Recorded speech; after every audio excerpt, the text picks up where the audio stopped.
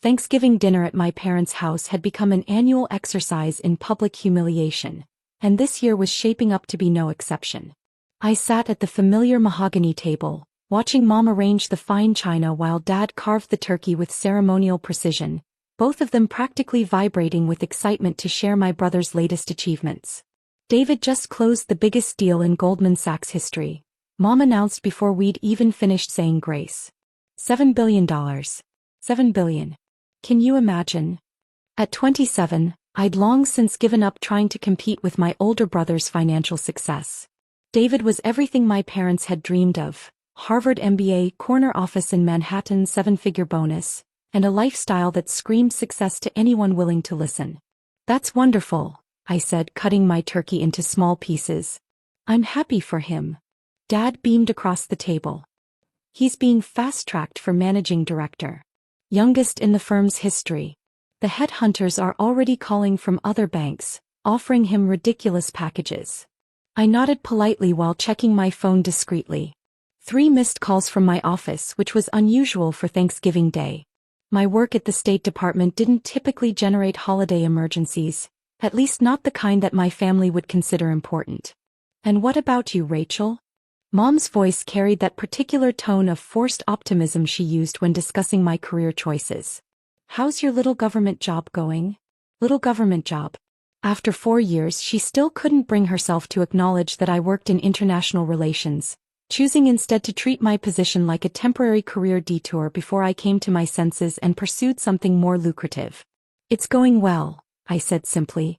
Busy but interesting work. I'm sure it is, dear. Very stable.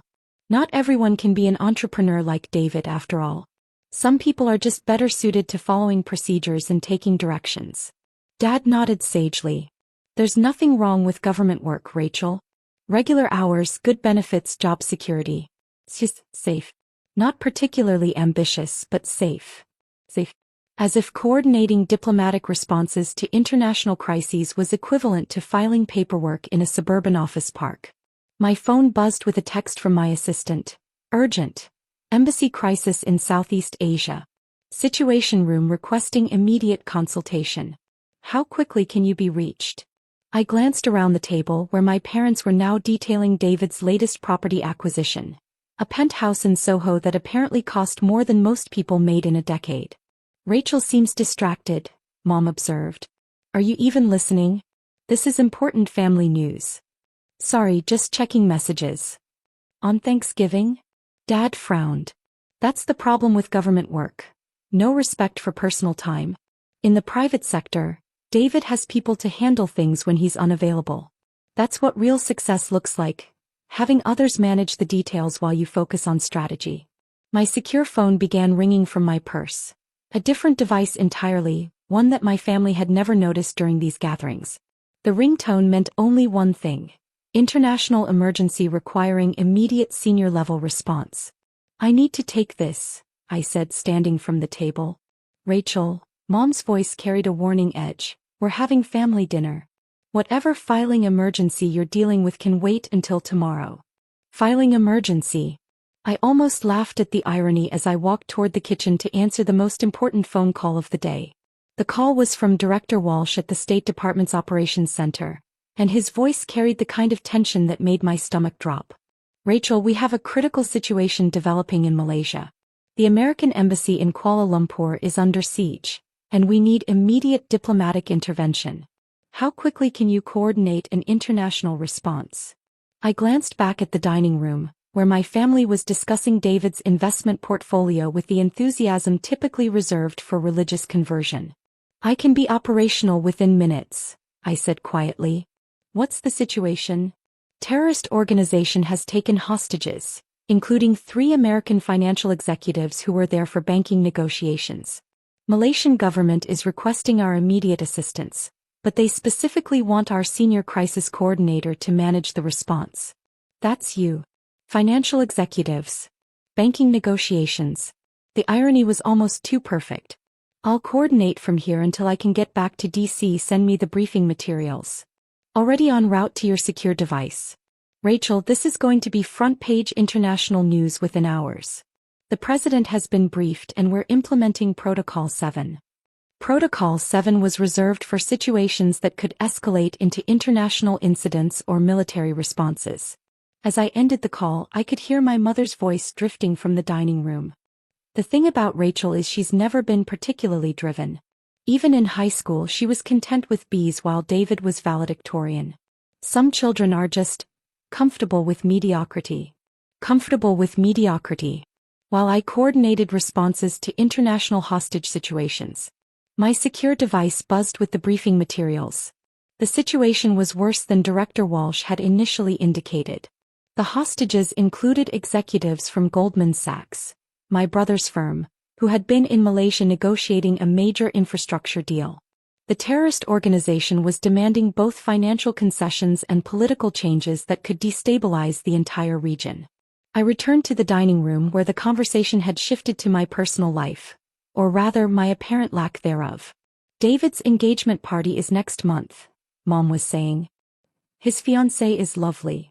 Stanford MBA works in venture capital. They're perfect together, both so accomplished and ambitious. Dad nodded approvingly. That's what happens when you put yourself in environments with other successful people. Rachel, you really should consider changing careers. Government work doesn't exactly attract high achievers. High achievers. As if preventing international conflicts was somehow less impressive than managing investment portfolios. My secure device buzzed again with an update. The Malaysian Prime Minister was requesting direct communication with the U.S. government's senior crisis specialist. Me. Within the hour. You know what Rachel needs? Mom continued. A real challenge. Something that would push her out of her comfort zone and make her realize her potential. Government work is just too easy. You show up, follow the rules, collect your paycheck. Easy. I was currently reviewing intelligence reports about a hostage situation that could trigger a diplomatic crisis between 3 countries, but apparently that qualified as easy in my mother's assessment. The irony was becoming unbearable, especially as my phone rang again with another urgent update.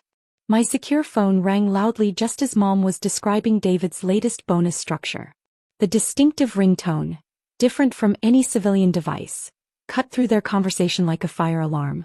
Rachel, please silence your phone, Dad said irritably. This is family time. But the caller ID made my blood run cold. POTUS Situation Room. I answered immediately. Rachel Morrison speaking. Ms. Morrison, this is General Harrison from the White House Situation Room. We have an escalating hostage crisis in Malaysia involving American citizens, and we need our senior diplomatic coordinator to brief the president immediately. My family's conversation stopped dead. The formality in my voice and the obvious gravity of the call had finally penetrated their bubble of financial success stories. Yes, sir. I have the briefing materials and I'm prepared to coordinate the international response. Outstanding. The president wants to speak with you directly in 10 minutes. Are you secure for communications? I can establish secure comms immediately. Rachel, Mom whispered, her face pale. Who is that? I held up a finger, still focused on the call.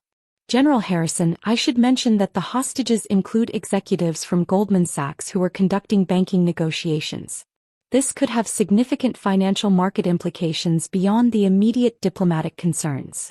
Understood. That's exactly why we need you managing this. Your expertise in both diplomatic protocol and international finance makes you uniquely qualified for this situation. As I ended the call, my family stared at me in complete silence. Rachel, Dad's voice was barely audible. What just happened? Before I could answer, my phone rang again. This time I answered on speaker. Rachel Morrison. Ms. Morrison, this is Secretary of State Williams. The President has authorized me to brief you on the developing situation in Malaysia. We're implementing emergency diplomatic protocols, and you're designated as lead crisis coordinator. Mom's fork clattered onto her plate. Secretary of State? Ma'am, Secretary Williams continued, not knowing he was on speaker.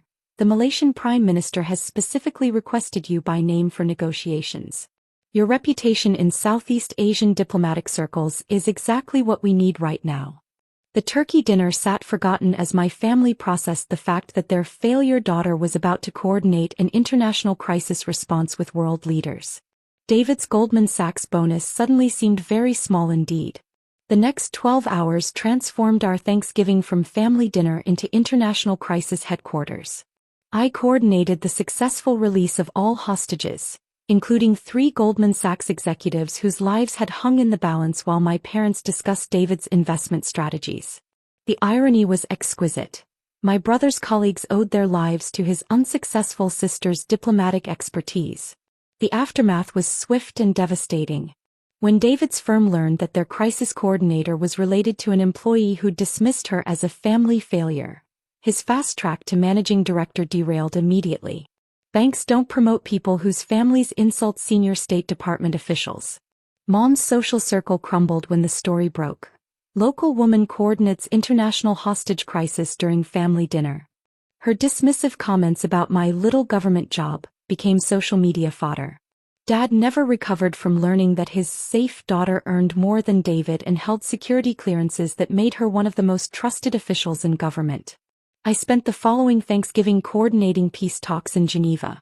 The president sent his personal gratitude, but I didn't need it. Watching my family's assumptions collapse had been reward enough. David's $7 billion deal seemed remarkably small compared to preventing international wars.